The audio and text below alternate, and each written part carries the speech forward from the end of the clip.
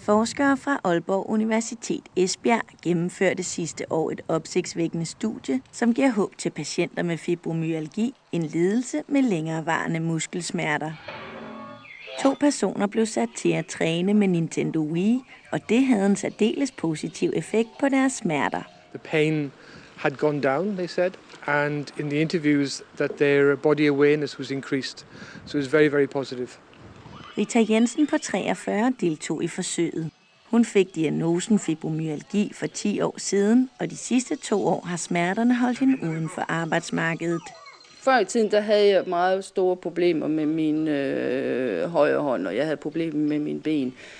Men efter jeg ligesom har fundet redskabet i Wii, så har det givet noget helt andet for mig. Der er mindre smerter.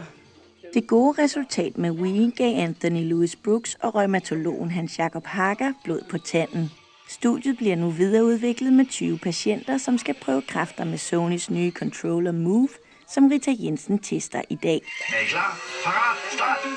I samspil med ejekameraet registrerer Move brugerens bevægelser, der bliver optaget på video. Det giver mere data, som kan styrke konklusionerne fra de første forsøg. Og både Wii og Move kan hjælpe patienter, der har ondt, mener Rita Jensen. Det tror jeg helt sikkert, det vil. Fordi bare det at komme ind i spillet og have den lette arbejdsredskab i hånden, så lever man sig helt ind i. Og så bliver der nogle bevægelser sat i gang, som jeg ikke ville lave, hvis ikke jeg stod lige der på det sted. Som du ikke ville lave, hvis ikke det var en del af en leg? Ja, det er dejligt at lege. Og det er netop legen, der sandsynligvis får patienterne til at glemme smerten og bevæge sig mere frit.